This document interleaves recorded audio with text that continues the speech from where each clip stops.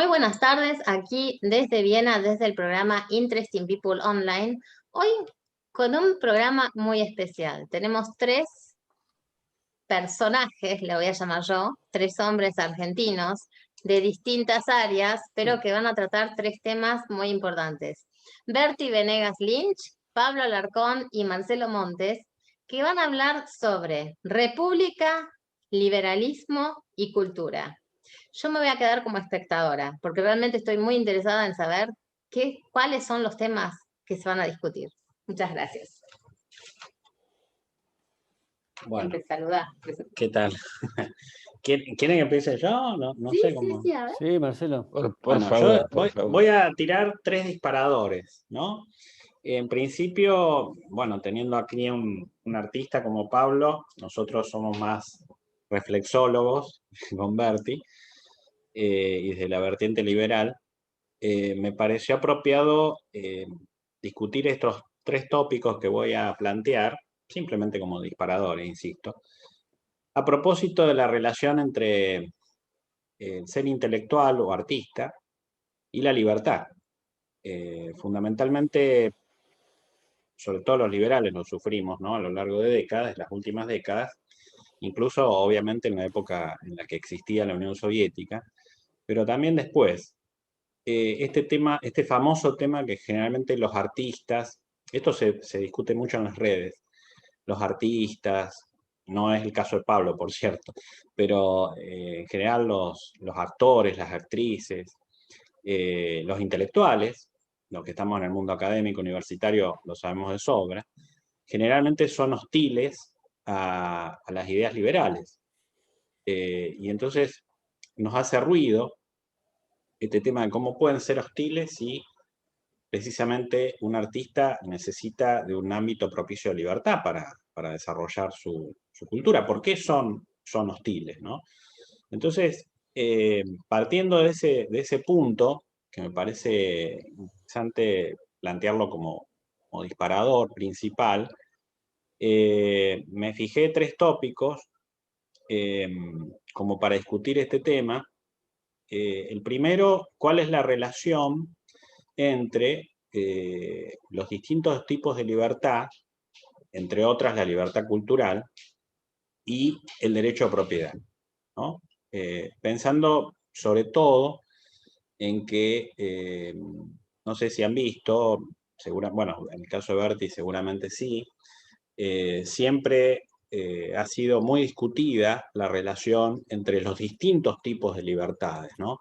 Los liberales pareciera que solamente pensamos en términos de libertades económicas y entonces siempre vienen los ataques desde el lado socialista o socialdemócrata en el sentido que, bueno, se puede ser liberal en lo político, liberal en lo cultural, pero no necesariamente en lo económico. Entonces, en este primer tópico, me parece muy válida la discusión que hubo entre Milton Friedman en su momento con un sociólogo, filósofo socialista, Macpherson, que decía, Friedman le contesta, en realidad la libertad cultural y la libertad política requieren de la libertad económica, requieren del derecho a propiedad, porque sin derecho a propiedad no puede haber libertad política y cultural, sobre todo libertad cultural, pensando en esta posibilidad que los artistas, por ejemplo, necesitan de la apertura de sus teatros, pensando ahora a propósito de lo que pasó el año pasado, ¿no? En la cuarentena, ¿no? Como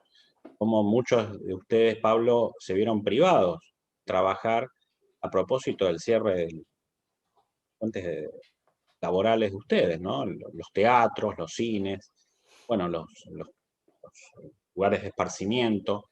Y ahí me parece que esta discusión entre Macpherson y Friedman, testada por Friedman, en el sentido de que es fundamental el derecho a propiedad para pensar en términos de libertad cultural, me parece un argumento bastante válido y que puede ser bien traído a colación en este momento. Que tiene relación además con la vivencia que tuvo Tocqueville, por ejemplo, cuando visitó Estados Unidos en el siglo XIX, en las décadas del siglo XIX, venía de Francia, y él decía que le llamaba muchísimo la atención el pluralismo cultural organizacional, societal que había en la sociedad norteamericana a propósito de esto. Por ejemplo, una gran cantidad de asociaciones libres, voluntarias, la gente ejercía su libertad operando, actuando, trabajando en ámbitos, por ejemplo, culturales, una libertad a la que él no estaba acostumbrado, por ejemplo, en Europa continental, siendo que él venía de un país como Francia que había vivido la Revolución Francesa, ¿no? Entonces, me parece que este primer elemento es importante traerlo a colación a propósito de hacerles comprender o hacerles entender a los artistas que, bueno, sin derecho a propiedad, difícilmente puede haber una vida artística y cultural floreciente. Me remito también a la prueba o a la evidencia empírica de la Unión Soviética y de tantos otros gulas, ¿no? Países comunistas, donde supuestamente los artistas vivían como privilegiados porque pertenecían al Partido Comunista en sus distintas facetas, pero que en realidad, obviamente, en esos regímenes no había derecho a propiedad. Pero todos sabemos muy bien, y lo vemos hoy en China, cómo está totalmente controlada la vida artística y cultural en ese tipo de países, ¿no? Lo hemos visto también en Cuba. Es decir, no es una vida precisamente como la que había visto Tocqueville en el caso norteamericano en el siglo XIX. El segundo tópico tiene que ver con un autor austríaco, todos conocemos, filósofo, epistemólogo, también liberal, que es Karl Popper, que escribió un libro muy interesante hace ya 30 años, con John Eccles, sobre el yo y el cerebro. Hoy están de moda las neurociencias, por cierto, pero en ese libro Popper discutía con Eccles, un físico, sobre las propiedades del cerebro en relación a la mente.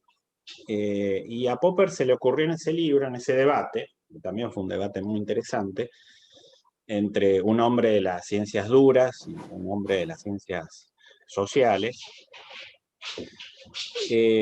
plantear una especie de tríada en el cual existiría un mundo 1, un mundo 2 y un mundo 3. El mundo 1 es el mundo de los objetos físicos, decía él, tal vez el más monótono de los tres mundos. El mundo 2 es el mundo, bueno, el que Karin aquí a la izquierda está, seguramente lo conoce muy bien, mucho más que todos nosotros, que es el mundo de los procesos mentales, el mundo de la cabeza, el mundo del cerebro, el mundo de lo que piensa el hombre, o la mujer, por supuesto, el ser humano, pero que queda allí, en una relación relativa con el mundo físico. Y el que verdaderamente importa, decía Popper, insisto, filósofo epistemólogo liberal, era el mundo 3, que es el mundo cultural. El mundo que es producido por básicamente el mundo 2, el mundo de los procesos mentales, el resultado del mundo 2, y que a su vez goza de la interacción con el mundo 1.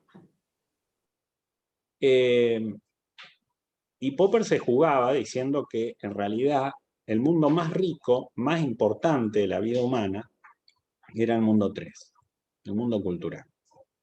Y esto, de nuevo, a propósito de la importancia que tiene para los liberales, me parece mal juzgados, mal evaluados, a propósito del primer tópico que toqué, que a nosotros solo nos interesa la libertad económica, ¿no?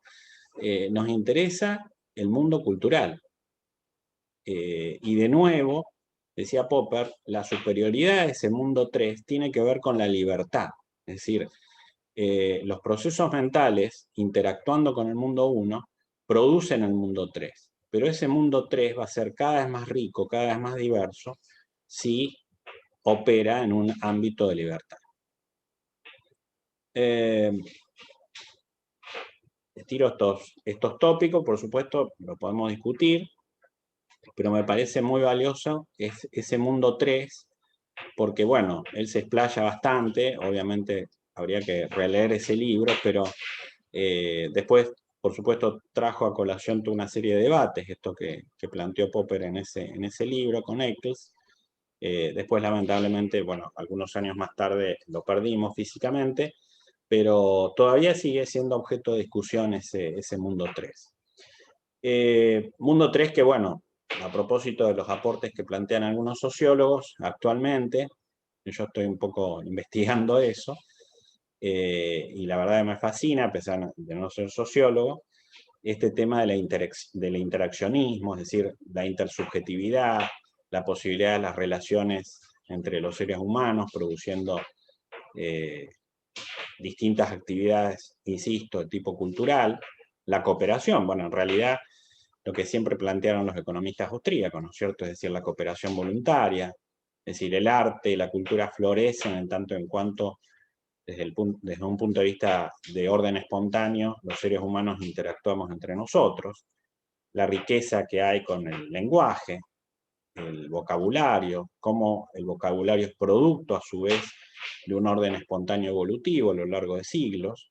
Nadie lo creó al idioma o a los idiomas, nadie los pergeñó hacia la manera de un licurgo, en realidad es producto de una evolución larga y tediosa, sin duda, pero que forma parte de un proceso de interacción humana.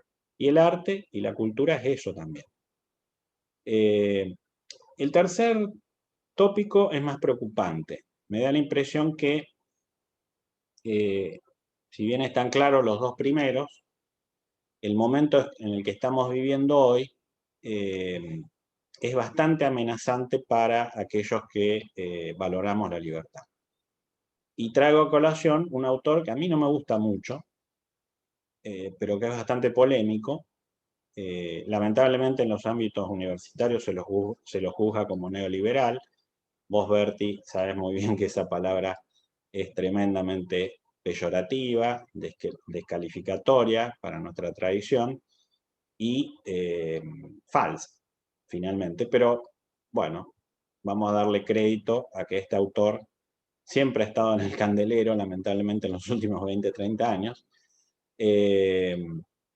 aunque él considera o se considera como defensor de la libertad, que es Francis Fukuyama, que escribió un libro hace 2 años, antes de la pandemia, que se llama Identidad, la defensa del resentimiento y la defensa de la dignidad y el resentimiento, que tiene que ver con cómo hoy se concibe la lucha que antes era ideológica y hoy es una lucha de identidades.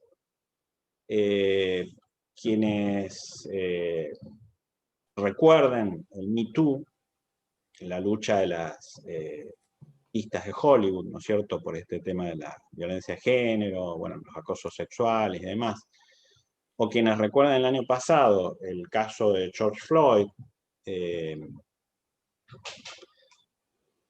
obviamente entenderán lo que está diciendo en ese libro, lo que estaba diciendo en ese libro Fukuyama, ¿no? O lo que vimos, el triste espectáculo que vimos el año pasado con la política de la cancelación, ¿no? Las hordas, las minorías de jóvenes, no precisamente libertarios, que salían a las calles en plena pandemia de Europa, las plenas calles, plena pandemia en las calles de Europa, a destruir o a romper o a saquear monumentos, estatuas de los más diversos personajes de la historia occidental, con el criterio de que, bueno, había que solidarizarse con George Floyd, con el negro asesinado, bueno, además, por supuesto, todos estos cambios en el vocabulario, es decir, no se los puede mencionar como negros, hay que mencionarlos de determinada manera, lo cual invita a esa reflexión, a recordar esa reflexión de Fukuyama, es decir, la política hoy se ha tornado nada ideológica en el fondo, sino identitaria. Es decir, parece prevalecer esta lógica, que es cultural sin duda, y que es evolutiva, porque lamentablemente en estos tiempos que estamos viviendo está ocurriendo esto, lejos de ser una lucha racional, como era la lucha ideológica, es una lucha en base, y esto de nuevo también Karin me dará la razón tal vez, se ha transformado en una especie de lucha psicológica, de yo interiores. ¿Cuán dañado tengo mi yo interior? Porque me hicieron bullying por alguna razón durante mi infancia, durante mi adolescencia, o por razones de raza, religión, lengua, es decir, todos atributos que tienen que ver con nuestras personalidades y que no son racionales. Porque en tiempos de conflicto entre Estados Unidos y la Unión Soviética, entre el capitalismo y el socialismo, los tiempos que les tocó vivir a nuestros grandes pensadores liberales, siglo XX, las discusiones eran absolutamente racionales. Estaban sustentadas en el conflicto de visiones, en el conflicto de ideas, no de identidades. ¿Y esto en qué sentido? Y con esto termino. ¿En qué sentido esto es amenazante para la libertad? Bueno, porque, digamos, si el conflicto es de identidades, lo único que cabe hacer es eliminar a la identidad opuesta a la mía. No hay posibilidad de una lucha argumentativa, cursiva, sino de exterminio del otro. Y esto es tremendamente peligroso. Torna a la política en una lucha donde la gente se siente ofendida ante la más mínima descalificación que es personal, no termina nunca de ser racional, apela a lo moral, apela al daño moral. Entonces, claro, estamos sometidos a la presencia para ganar votos, porque el sistema democrático sigue siendo, digamos, el sistema por el cual se dirimen las luchas políticas, a políticos que manipulen emociones y no razones. Manipulen emociones precisamente para ganar los votos de los que se sienten ofendidos, versus los que los ofenden, entre comillas.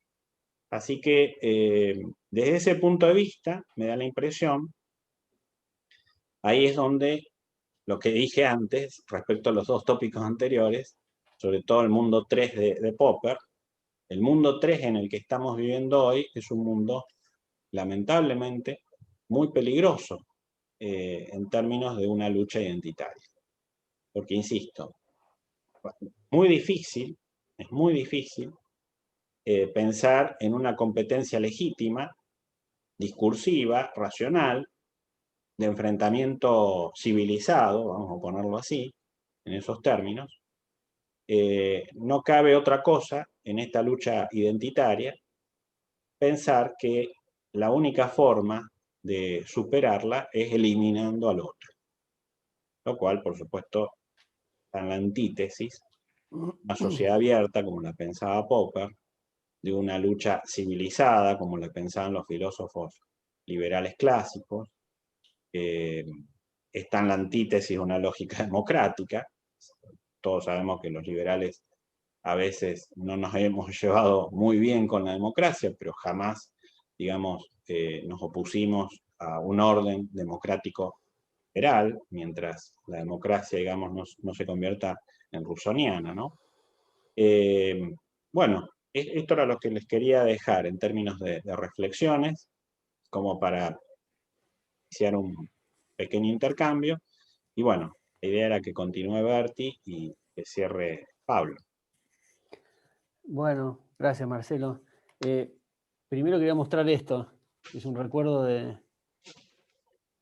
Pablo cuando fui al teatro.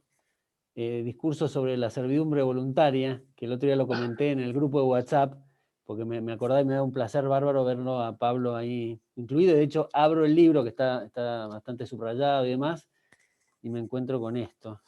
Mira. ¿Sí? No sé si te acordás. Era el flyer. Qué buenísimo. La verdad que en una época, decía, en Francia de Etienne de la Boétie, cerca del año 1548, dejó su manuscrito que me sirvió para armar este espectáculo. Esta proclama llega a la actualidad luego de muchas peripecias vinculadas con la censura. Discurso de la servidumbre voluntaria surgió como consecuencia de una revuelta contra un gobierno totalitario que puso desaforados impuestos vivamente rechazados por el pueblo y que llevó a un grupo de vecinos a rebelarse contra el rey. A causa de este hecho, el gobierno ejecutó a cientos de personas, castigos con azotes a otros y encarceló a muchos ciudadanos.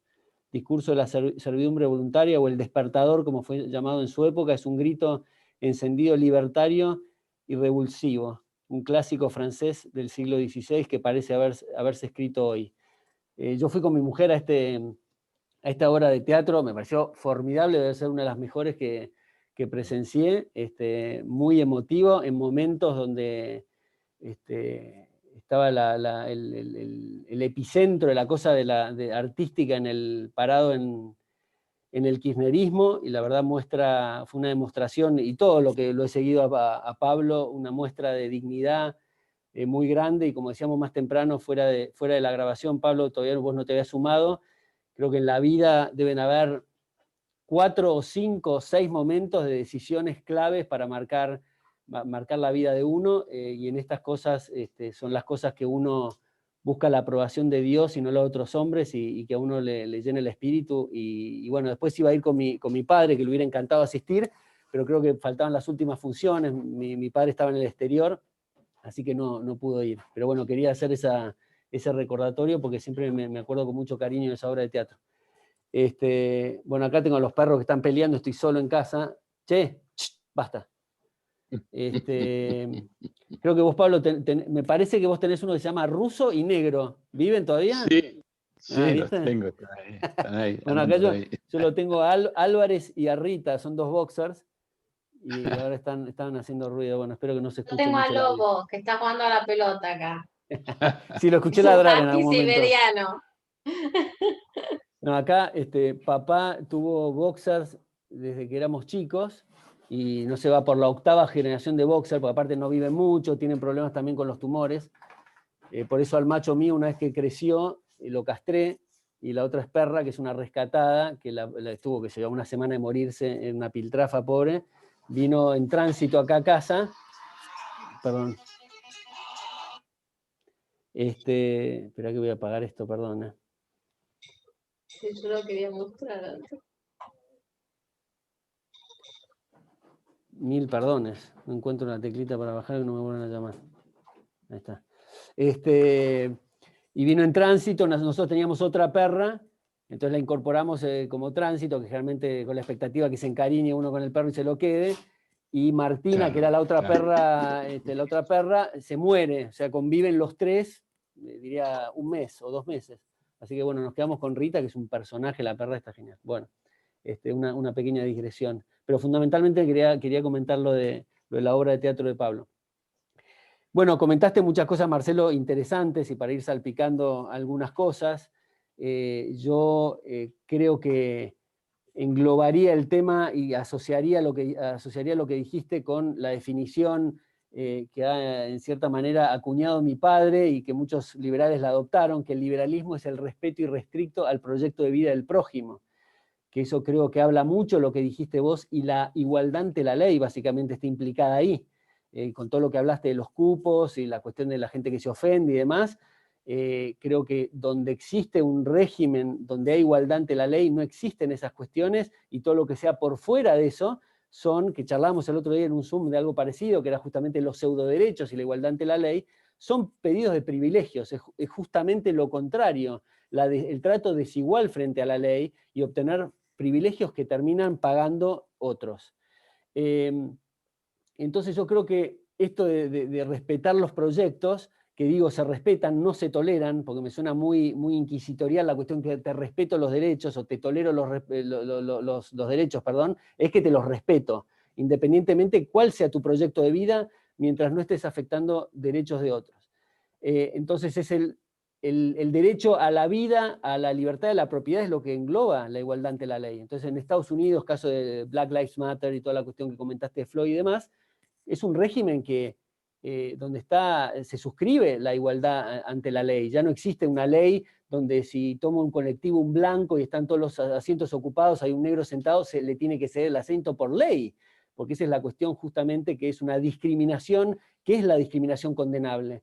El resto de las discriminaciones son elecciones, porque discriminar es elección, es la contrapartida de la elección. Cuando vos te casás con una mujer, estás discriminando al resto de las mujeres, porque te casás con una sola, y demás temas que vimos aquella vez. Incluso en el plano laboral también. Vos discriminás por distintos factores, y es el uso de la propiedad. Esto también muchas veces se confunde lo que es la esfera pública de lo que es un negocio privado abierto al público, como puede ser un restaurante. Entonces, porque es abierto al público, se piensa que no tiene accionistas ni dueños que pueden disponer igual que si fuera tu casa. Está la discusión también hasta dónde queremos Estado, que tangencialmente lo comentaste, Marcelo. No todos los liberales creen en la ausencia del Estado. Ha sido un spin-off de los liberales que fueron hacia la línea de Murray Rothbard, que yo me siento bastante familiarizado con eso. Sé que en definitiva es un proceso cultural que se irá tendiendo a eso.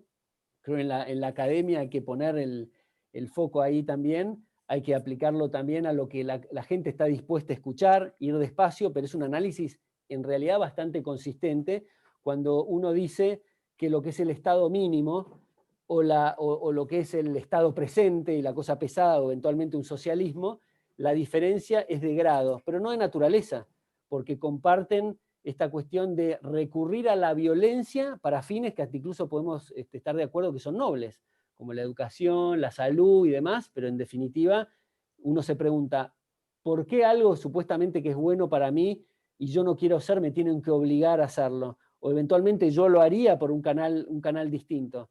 Y con los antecedentes, por supuesto, que existen de esos procesos donde antes era prácticamente, hace muy pocos años, todo privado. La salud, la educación y demás. La moneda de 1935 con el tema del Banco Central. Yo siempre digo que si la tecnología celular estuviera en manos del Estado y alguien propone privatizarlo, los cuestionamientos serían iguales porque tenemos el paradigma metido del Estado. Dirían, no, pero ¿cómo va a ser? Y no van a andar bien los celulares y van a ser muy viejos y no me van a desatender y no voy a estar conectado, en definitiva. Por ese paradigma que digo. Ahora, el tema de la cultura y la educación es un tema muy interesante respecto a esto mismo, es decir, tiene que estar en manos del Estado, esto que decía Popper, que es la parte, que decías vos, la fase 3, digamos, del ser humano, donde en definitiva es la parte que lo cultiva, pues en definitiva la cultura es cultivar valores que enaltecen al hombre. Entonces, mientras más cercano a una cosa tan crítica como eso, creo que tiene que haber más libertad, más ventanas abiertas. Vargas Llosa decía que esta cuestión de la independencia cultural, que suena una cosa media patrioteril, sensiblera, dice es una cosa hueca y una cosa totalmente estúpida, si se entiende que es la cultura, que tiene que tener las ventanas abiertas al máximo. Entonces él dice la mejor cultura es la que se desarrolla abiertamente. ¿Qué sería de nosotros si nos cerramos? Como este argumento nacionalista que generalmente tienen las tiranías para cerrarnos dentro de lo de ellos, digamos, y no ver hacia afuera. ¿Qué sería de nosotros si no fuera por, no sé, la aviación, el tema de la imprenta? Si decimos, no, eso viene del otro lado de un río, va a ser una exposición de arte con pinturas que hizo una persona que está del otro lado de una cordillera. Es una cosa totalmente absurda. Y aparte nos jactamos en la Argentina de ser de la cultura nacional y popular, en definitiva, que el mate, la boina, la guitarra, y todas esas cosas vienen de culturas de otros países. La bombacha de campo, la guitarra, la boina, el mate, etcétera, vienen de todas culturas que lo hemos incorporado. Entonces, justamente, mi planteo es ese. digamos, la evolución cultural en sistemas abiertos tiene la mejor potencia. De hecho, ¿cómo termina siendo no solamente la cultura de educación, esto que decía Antonio Gramsci, de tomar la cultura de la educación y lo demás se da por añadidura? Es un factor que lo ha aplicado todas las dictaduras. De hecho, Hitler, Goebbels, que era su ministro de propaganda, había tomado lo que era la Cámara de la Cultura. Entonces él decía que había que preservar y alimentar la cuestión de la cultura alemana. Entonces eso se transformó también en una ley del nazismo del 39, que decía textualmente, hablaba de la unión de la sangre, de la raza, del suelo y las costumbres alemanas. Entonces, ¿cómo se encapsula esa cuestión dentro de una cultura totalmente nociva, que echa mano, como digo, a la tiranía, al adoctrinamiento? Entonces, mientras más abierto eso sea mejor. Acá en Argentina, si recuerdan, que se rescató varias veces, era este tema de estas disposiciones, que creo que empezó en el 75 con Perón.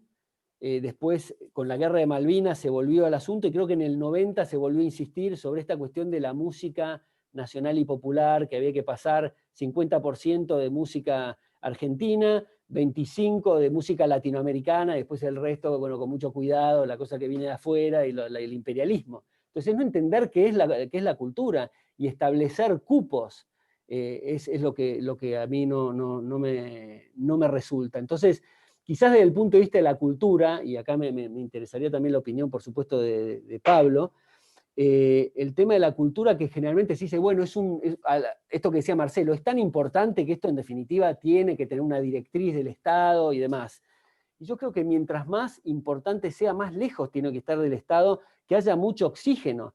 Lo que pasa es que si nos ponemos también cada uno en su actividad a pretender llegar al gobierno para decir mi caso es especial, porque todo el mundo tiene un caso especial, hay muchas empresas que van a hablar de la cuestión de las fuentes de trabajo, otras del tema no sé, puede ser el tema, como digo, cultural, o hablar del tenis también, como que es importante apoyar el tenis, y los atletas olímpicos mismo también, con el tema del deporte.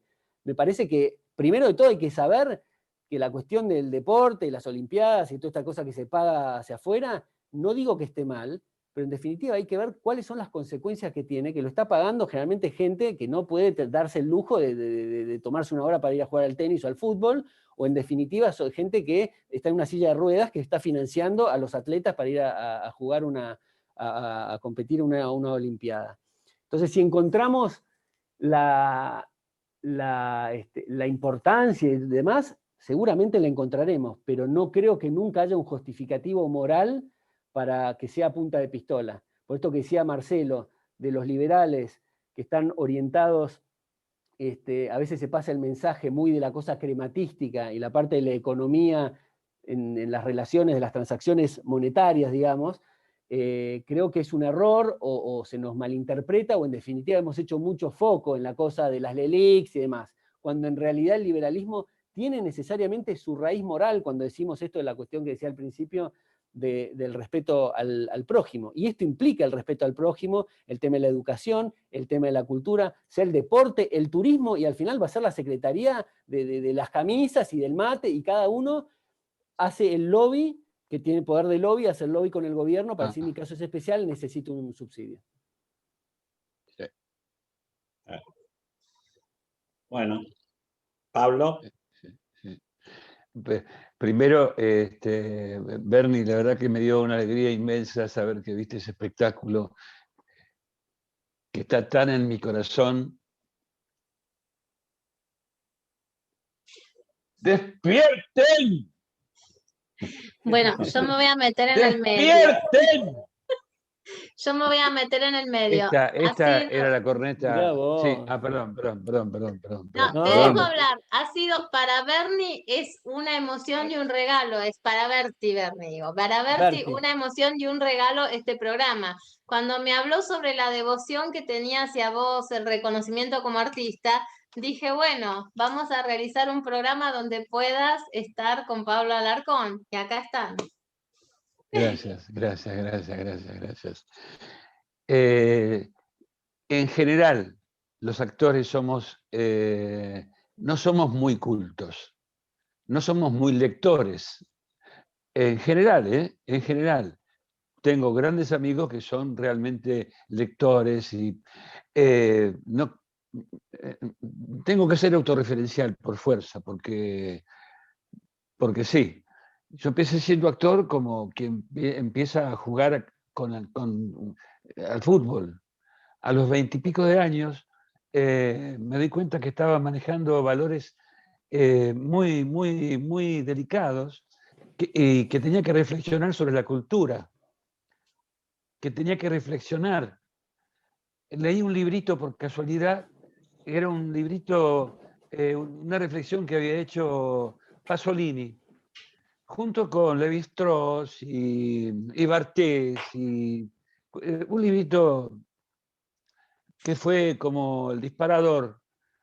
Empecé a buscar y encontré un profesor que para mí fue muy importante en mi vida, en mi pensamiento, Armando Serkovich, lamentablemente epistemólogo, semiólogo, lamentablemente desaparecido, que me guió durante muchos años. Estudié con él y me nutrió y me guió para que yo pudiera leer con cierto sentido.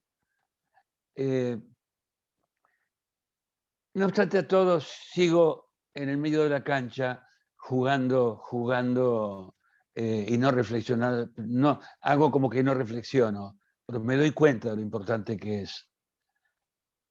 En Argentina el arte, la cultura es una industria. Es una industria. ¿Y cómo este gobierno no la va a destruir si destruyó todas las otras culturas? También la destruyó. Y no confío en el futuro, no confío en mi capacidad de trabajo y he vuelto, mirá, Bernie, no está esta corneta por casualidad acá. Estoy haciendo trabajo yo solo. Estoy rearmando el discurso de la servidumbre voluntaria, lo estoy ensayando en una versión mínima. Me estoy armando yo la escenografía, que es un cajoncito, y voy a ir a las plazas a gritar sobre la libertad, sin ningún marco, como amigos que tengo que están en los semáforos pidiendo dinero. No es que pueda, a mí me maravilla, creo que es necesario reflexionar seriamente sobre la libertad y el rol del Estado en la cultura. Yo creo necesario que el gobierno provea condiciones para que se hagan cosas dentro del ámbito cultural. Creo que es necesario que el Estado tome partido. Pero tiene que haber en todo hecho cultural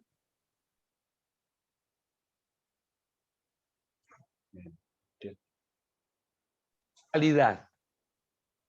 Tiene que haber algo transversal en lo cultural de Estado. Tiene que haber un porqué, algo más. No, el Estado no tiene por qué a mí proveerme pinceles y pinturas para que yo haga un mamarracho. No creo necesario. Creo necesario que yo como artista me provea mis propios pinceles y mis propios colores. Pero si el gobierno, si el Estado se propone ayudarme, tiene que encontrar un porqué, tiene que encontrar algo transversal. Yo, como artista, en este momento lo transversal es la libertad. Yo le quiero ofrecer al Estado que me ayude a construir un discurso sobre la libertad. Como sé positivamente que el gobierno no me va a ayudar, porque es lo que menos quiere, yo solo me proveo de mis cosas. Ya me armé el cajoncito, que es el escenario, que es un cajoncito chiquitito de 40 centímetros, que lo puedo llevar. Ahí adentro llevo la corneta. Estoy esperando que pase un poco el frío porque no quiero enfermarme. Nadie me lo va a poder prohibir. Nadie, nadie, nadie, nadie. Y con respecto yo he tenido la suerte de vivir en otros países y me di cuenta, he agarrado el furioso arranque del feminismo en el 60 y pico, que fue furioso y fue grotesco y fue sanguinario, como lo es, como lo es acá. Nadie se va a adueñar de mi habla, nadie. Es mío. No me pueden obligar a decir, señores, hablar con la E. No me pueden obligar. Es un hecho injusto. Injusto.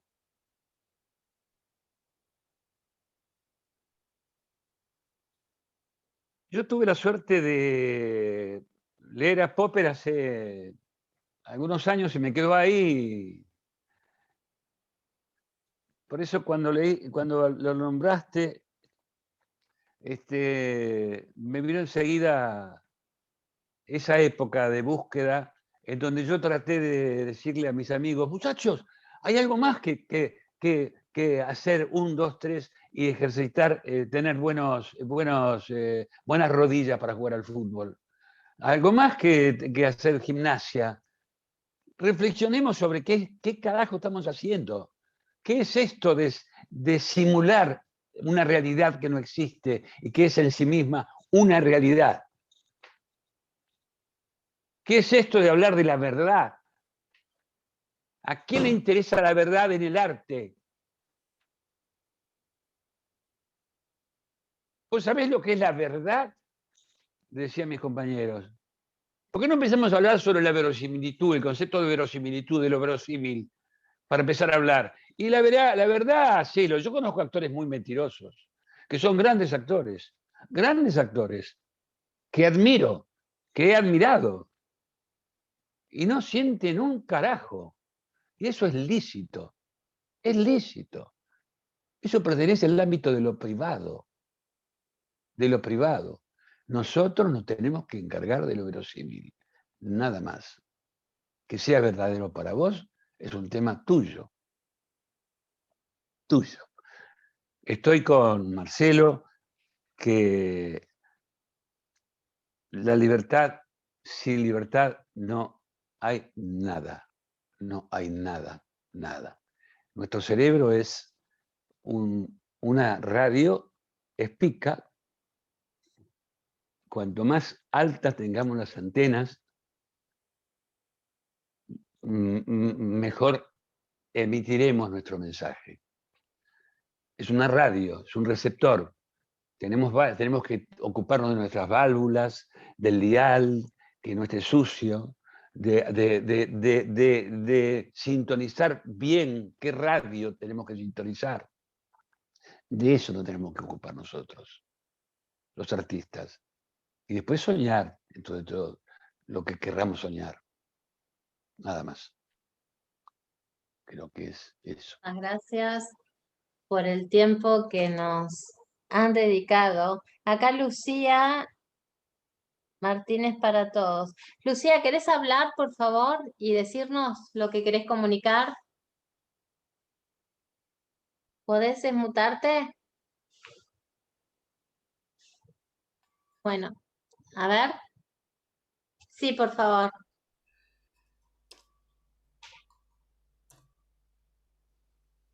Ah, ¿no podés? Pero estás desmutada. Ahora sí, ahora sí. Ahí está. Sí, por favor. Hola, bienvenida. Buenas tardes. Qué lindo escucharlos a los tres. Así que no puedo, no tengo nada para agregar realmente porque ya lo dijeron todos ellos. Así que yo soy del Partido Libertario de Trelew y simplemente me ingresé al grupo para apoyar, pero me encontré que estaban, ustedes eran muy poquita gente, entonces no quería intrometerme, por eso les decía hoy más temprano si podía estar o no en el Zoom. Sí, Así que por muchas supuesto. gracias igual. No, por favor, bienvenida. Muchas Gracias, gracias por tu participación. gracias. Saludos a los 4. Gracias. Gracias. Miguel Morra, ¿tenés ganas de hacer un aporte?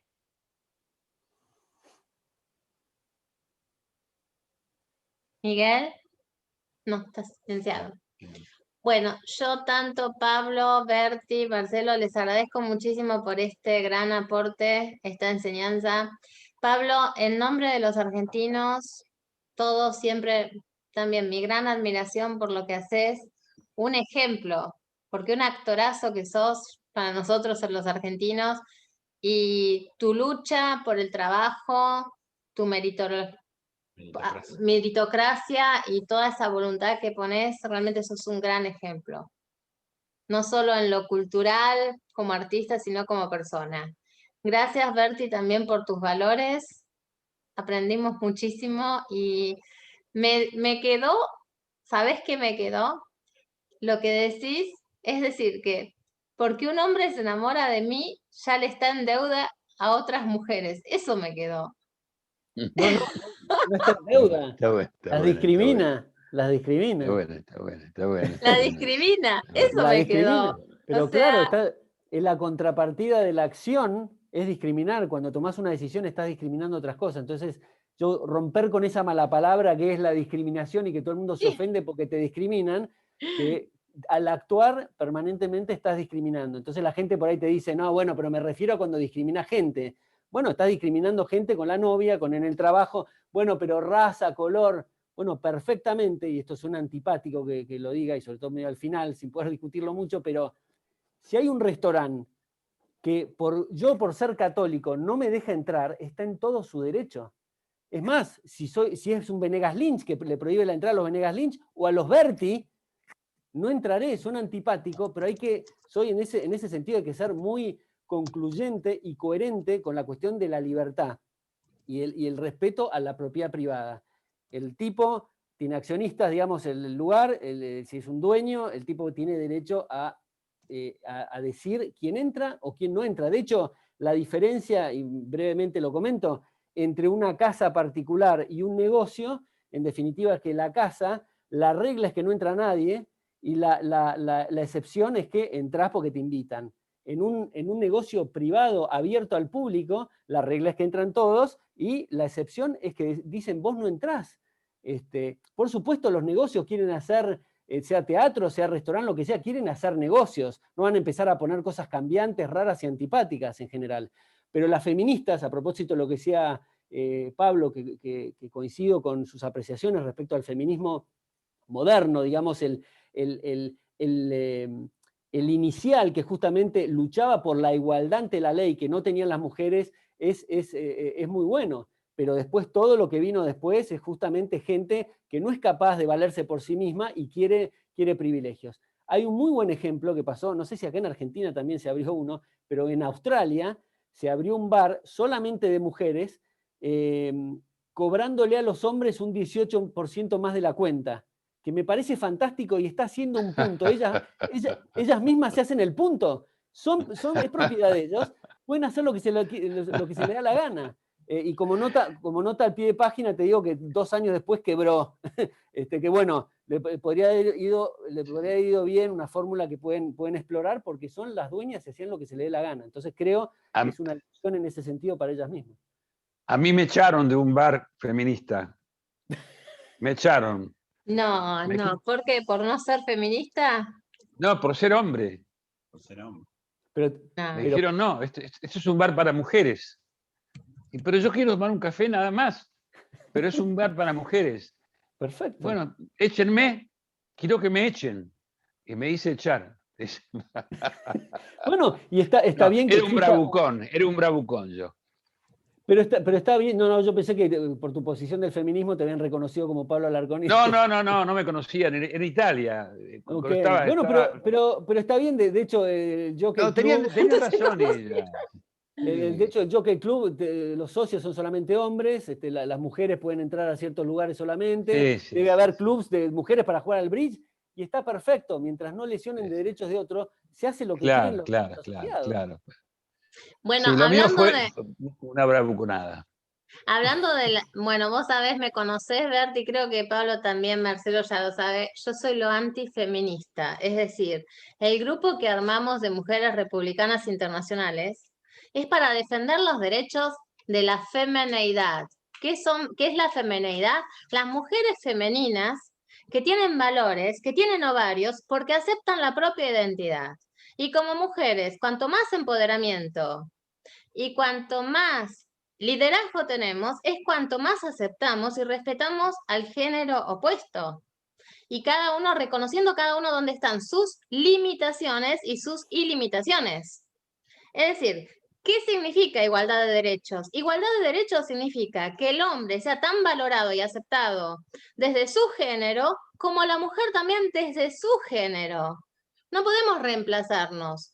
Sí podemos hacer muchas cosas por igual, pero muchas cosas son diferentes. El cerebro humano no está construido de igual el del hombre que el de la mujer.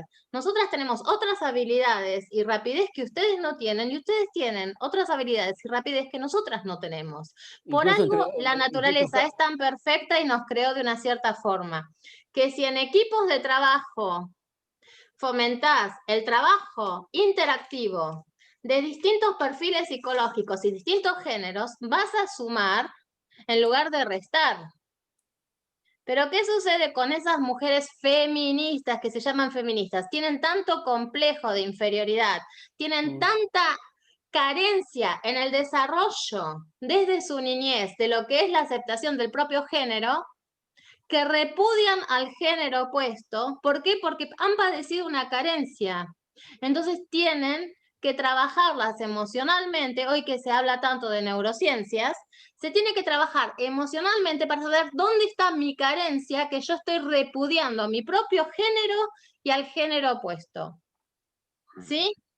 Ahí se trata, y eso es el feminismo. Entonces, ¿cómo podemos sumar o respetar o aceptar o integrar un feminismo que es un trastorno emocional, hablando desde las neurociencias, desde la psicología, de una patología, de acuerdo a una carencia vivida, y te lo puede confirmar cualquier profesional de la salud mental? ¿Sí? Es una obsesión, un trastorno de obsesión, lo podemos denominar, en una situación vivida, ya sea en mi pasado o en una situación presente, como también puede pasar una mujer que no acepta que padeció o vivió un divorcio, una separación, ¿sí? Entonces ya como que toma repudio de lo que es el género opuesto. El hombre es malo, el hombre es el enojado. ¿Por qué? Porque rompió el matrimonio o porque rompió ciertos rituales o ciertos códigos que yo no acepto de la vida. Y puede pasar en todas las áreas de la vida. Un fracaso que tuve, por ejemplo, yo me postulé para una empresa, me postulé para un puesto de gerencia, fue tomado ese puesto por un hombre, entonces en ese shock vivido ya rechazo el género masculino y empiezo a entrar en esa guerra, ¿sí? Esas son situaciones no vividas, no trabajadas emocionalmente, entonces que me llevan a tomar cierta bronca, cierta ira con respecto al género opuesto. ¿Está claro o tienen algunas preguntas al respecto? Hablé en carácter de psicóloga y no de periodista. No, ya hemos compartido charlas así, cuando se habla del feminismo te encendés y me parece bárbaro y te es un discurso que comparto 100%. Es que estoy harta de que usen a los hombres para venganza, estoy harta de que usen a los hijos, a las criaturas como rehenes, y estoy harta de que no haya una justicia social con respecto al género masculino. Les voy a decir la verdad. ¿Sabés cuánta gente ha pasado Yo como perito psicológico, frente a mis ojos, y han sido encerrados porque la mujer dijo que había sido golpeada cuando ya sabía yo como profesional que era mentira. ¿Sabes cuánta gente? O que le han quitado a padres años los hijos, solo porque la mujer no podía aceptar de que ella había sido abandonada como mujer, pero ¿qué culpa tienen los hijos? ¿Sí? Y no piensan esas madres el trastorno que les provocan a sus hijos frente a esas situaciones. ¿Sí? Es terrible. Y por eso yo creo que por esa igualdad de derechos hay que luchar, pero la igualdad de derechos de que tanto el hombre como la mujer tienen que ser igual escuchados y no ser diferenciados porque es un hombre o porque es una mujer. Se trata de seres humanos. Y creo que ahí es donde tenemos que crecer nosotros como sociedad, a nivel internacional, no es solo en la Argentina. Este grupo de feministas que odian a los hombres realmente están haciendo mucho daño a nivel mundial, pero son resentidas. Porque ¿qué haríamos las mujeres sin los hombres? ¿Qué pasaría con la sociedad? No existiríamos más. Es un tema muy complejo para tratar, pero creo que hay que trabajarlo mucho. Y desde los valores humanos, respetar a ambos géneros, porque ambos tenemos nuestro valor. Y creo que juntos podemos más. Yo, Entonces, por mi parte, bueno, sí, para cerrar, agradecerte mucho, Karin, Marcelo, Pablo, me has regalado una hora espectacular. Como esto creo que se está transmitiendo por Facebook, es público, con lo cual estoy esperando el video para sacar el extracto sí, de se tu va a pasar presentación. se va a pasar después en el canal también. Quiero editar la parte que habló Pablo, que me pareció magistral y un canto a la libertad maravilloso, para difundirlo, y avisanos, Pablo, cuando hagas estas exposiciones públicas, donde sea, si lo difundimos, te vamos a ver. Bueno, yo quiero avisarles Gracias. algo. Les quiero avisar algo. Si tenés amigos que cumplen años, si organizás algún evento, también hablando en los clubes, de 10 personas, 20 personas, Pablo Alarcón va a cocinar a tu casa. Tenés un evento, compartís un excelente momento con él, el cocinero está frito. Pablo, ¿cómo te pueden contactar? Pabloalarcón.ok. Pabloalarcón.ok en Ese es Instagram. mi Instagram. ¿En Twitter también, Pablo? No tengo Twitter. Bueno, pabloalarcón.ok. Si no lo encuentran, se comunican conmigo que les paso también el contacto. No se pierden esta oportunidad. pabloalarcón.ok Qué divino. por Instagram. Va a cocinar a tu casa, te organiza una fiesta. Y para las mujeres, que sabemos, qué galán. Por favor, no se pierdan esa oportunidad. Y ustedes los hombres no tienen por qué estar celosos. Así que, adelante. Gracias, Pablo, por acompañarnos siempre. Gracias, Karin, gracias, Marcelo, Berti, fue un gusto hablar con vos. Y me encantan estos encuentros. Nosotros Gracias. también aprendemos mucho de vos, Pablo, y es un gran honor tener un artista como vos, también que con ese amor que sentís por la Argentina. ¡Viva la libertad! ¡Viva la Viva. independencia! Viva. Y que los argentinos despertemos. Gracias. Así es. Hasta Gracias luego. a todos. Marcelo. Viva la libertad. Gracias. ¡Despierten! ¡Viva la ¡Despierten! libertad! Chao.